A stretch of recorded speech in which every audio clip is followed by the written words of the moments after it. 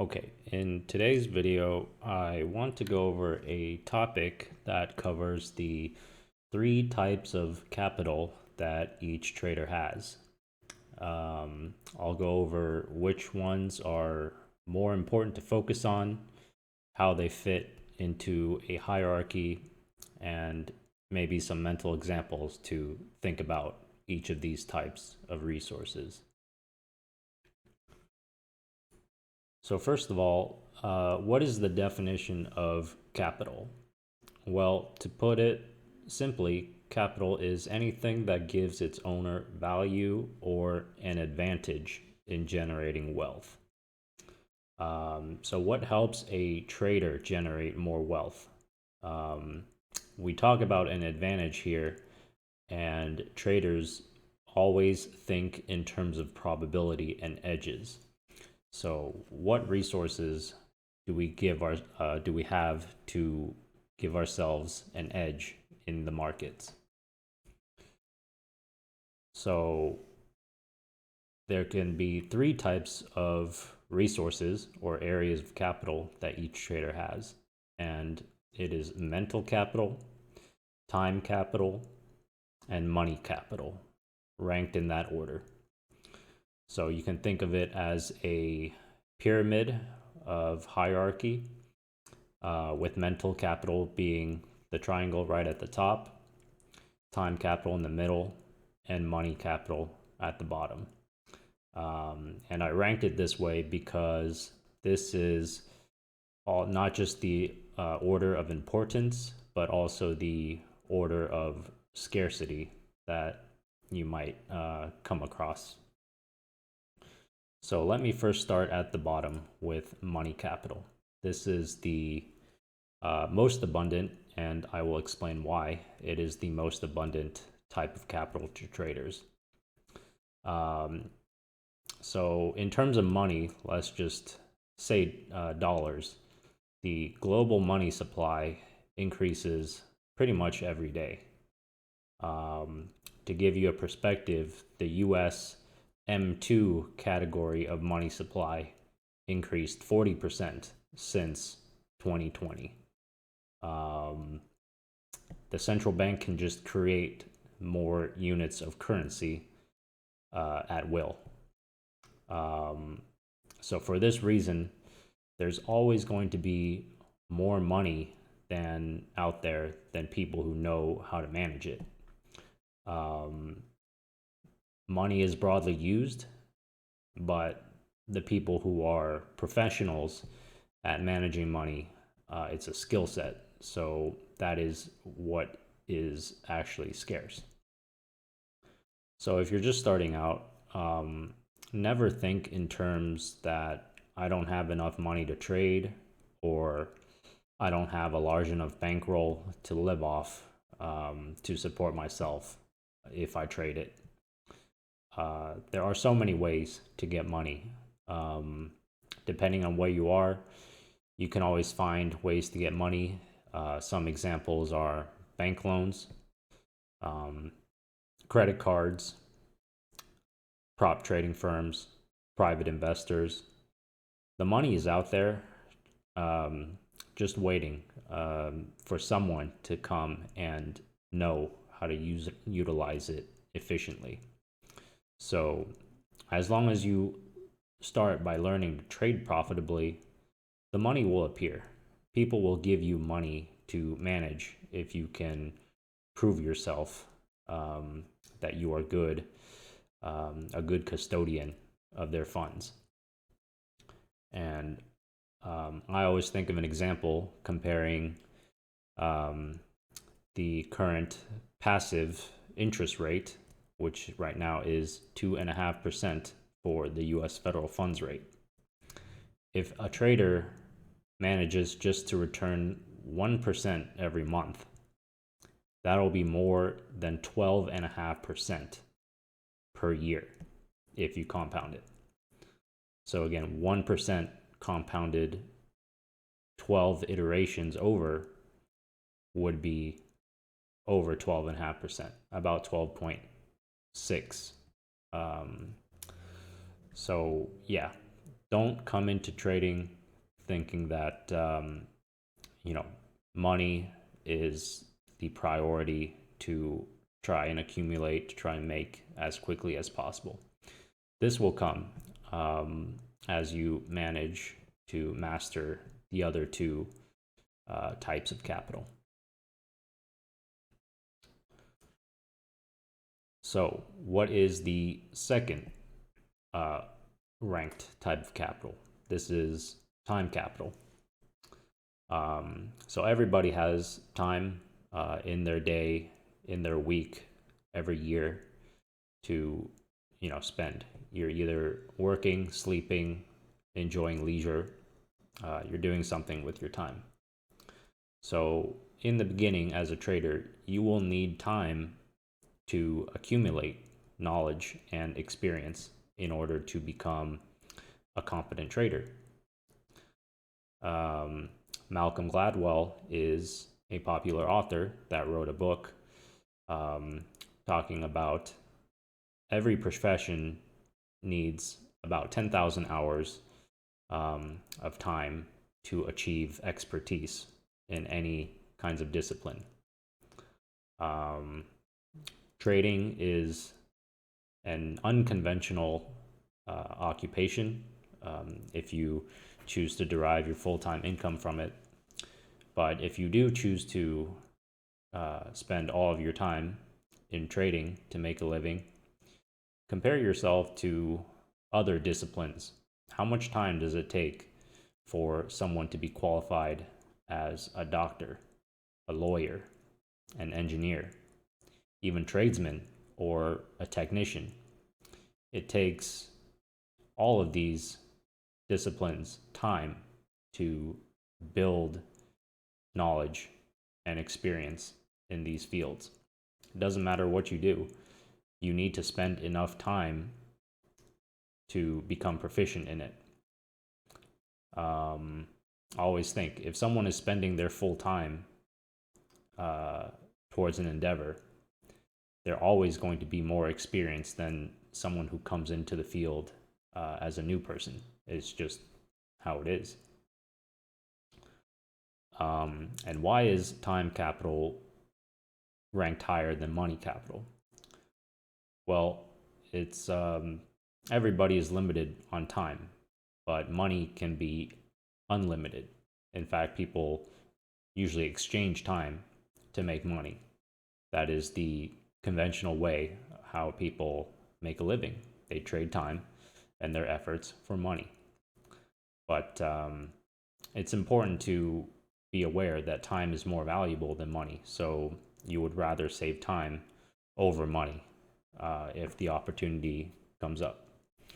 You can always make more money, but you can't make more time. So that's a little bit about the time needed to learn to become a trader. But also specifically, you would have to consider the time spent while you are in a trade or while trading. So you need to do some comparisons in order to have a perception of what is a good use of time. So if someone were to offer you a trade, would you rather make 20% in a year or 20% in a month? Obviously, you would pick 20% in a month because it's a shorter amount of time to get that return. And with the leftover 11 months, you could be doing something else. You could put your money into other pursuits. You could try to figure out how to grow it in another way, or just spend your time learning, or even just leisure if you do absolutely nothing else to try and grow your capital. So given that example, apply it to the short term as well. If you ever find yourself in a trade and it's not moving in your direction, either it's sideways or even worse, you are down in your position, always rationalize it this way to cut your losses early. Staying in a sideways or losing trend doesn't just cost you money and maybe even time, it even costs you um, mental capital, which I'll talk about in a moment. But yeah, for new traders, especially if you're young, maybe in your 20s or 30s, time is on your side, like in any other profession. For newer people, you have an abundant amount of time to really learn and master your profession um, when comparing yourselves to maybe people who have been in the profession for a longer period. Okay, so what is mental capital and how should we think about that? So, the mental capital specifically refers to the psychology of a trader at any given point. It's not exactly easy to measure this amount because it's not in dollars, it's not in hours, but it certainly is there for every trader. Um, and to explain why this is important, um, here's an example. Have you ever wanted to go to the gym but felt too lazy to go? Have you ever procrastinated on any other type of work where you know you should be doing something? For example, homework, paying the bills, any home or personal projects, but you just couldn't find um, a way to start or engage yourself in doing that. This is exactly what mental capital refers to. Um, it is like the will and the psychological um, availability for you to put things into action by doing what you should be doing or figuring out what the steps are to complete that task. So, there is a popular book called Think and Grow Rich by Napoleon Hill. Um, a lot of entrepreneurs come across this book. But to put it simply, the author is proposing that all other types of wealth are unlocked through um, one's own mentality or how one approaches certain situations. Um, Having all the time and money in the world, which is the former first two types of capital I just talked about, having all of that isn't helpful if you don't have the right mental state to utilize them to grow your wealth or do whatever you want to do. Um, this is probably the most important capital for a trader because a lot of people will say the best edge that a trader can have is knowing himself. It's not the system that you are trading. It's not the technical setups that you can identify. All of those things are important, but you can't really realize um, the benefits of those things if you are not in um, a certain way to conduct yourself or your mental capabilities uh, to pursue those other advantages. So, what do I mean by a trader's edge, if not talking about systems and technical setups? Well, it's more than that. It's the trader's um, awareness of how fit he is to execute all those other steps to manage time and manage money. For example, if you know you are tired, you probably should not trade because you are not at your peak level of alertness. You are not as adept at spotting information, analyzing it, synthesizing it. Um, this is just how an athlete knows what kind of conditioning they are in. if they're not equipped to come in and give 100% that day, they simply don't. Maybe they'll give 60% or 40%. You can't always be at 100% capacity all the time. So you have to identify when you are not capable of performing at that level and scaling things back to match your expectations.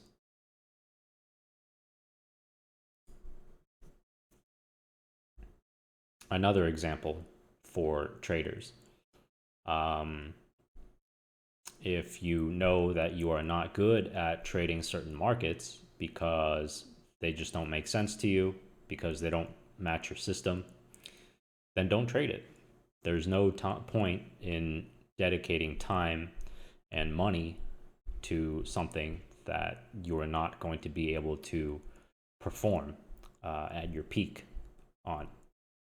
So remember, in a game of where losing is a possibility, just getting zero or not losing is the best outcome in those kinds of situations. In a game where it's either lose or not making money, you want to not make money and not have other kinds of worse outcomes. So again, awareness of yourself is very important in trading, probably the most important. Why do 99% of people who try to undertake trading fail? It's probably because they haven't mastered one thing or another.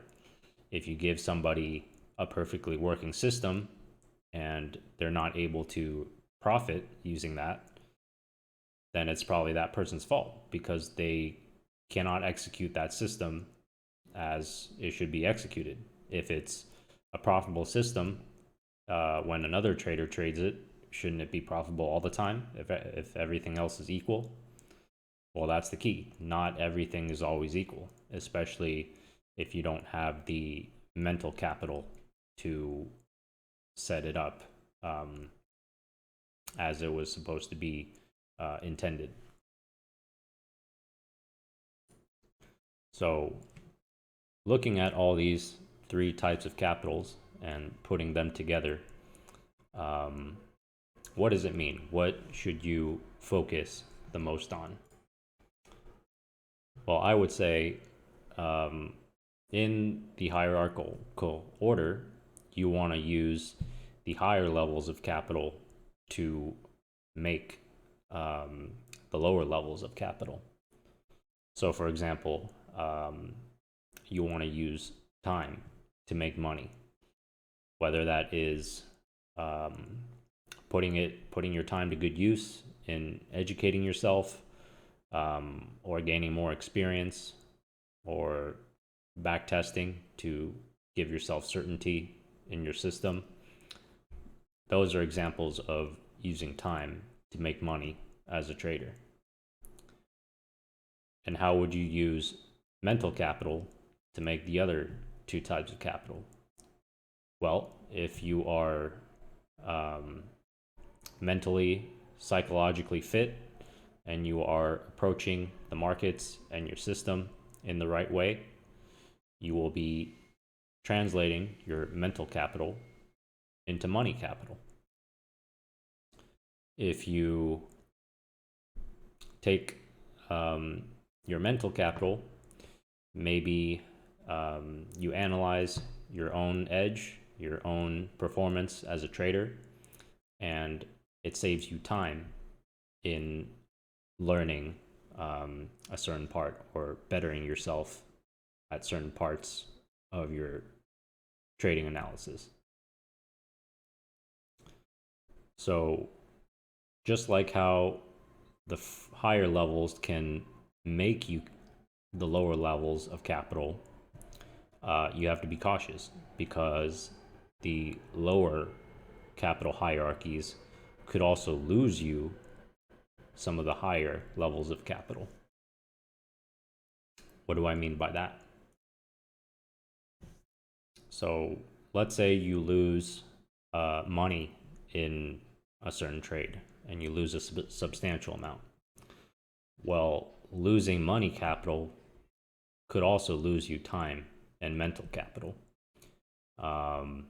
If you're in a trade for 12 hours a day or several weeks and it doesn't make you money, you might even lose money. While you're also losing time spent executing that trade, monitoring that trade, is all lost if you don't make money on it. And if you lose money, you have to spend even more time to make that money back. And if you lose money and time on a certain trade, it could drain your mental capital. You could doubt your own performance. You could doubt the validity of your system, whatever you're trading. If you suffer from an especially large loss, it might take you time to recover psychologically. You might not be ready to trade for several hours or several days. You have to take a walk, to get yourself off of tilt. So that's very important. Just like how each level of capital is used correctly can help you acquire lower levels of capital, losing any capital can cost you capital levels above it as well. So it's very important to try and limit your capital losses across all three of these categories. If you don't feel good about a trade, don't take it. You won't lose money. You don't have to dedicate time to thinking about your losses. And you won't be injured psychologically from a loss that you may have incurred.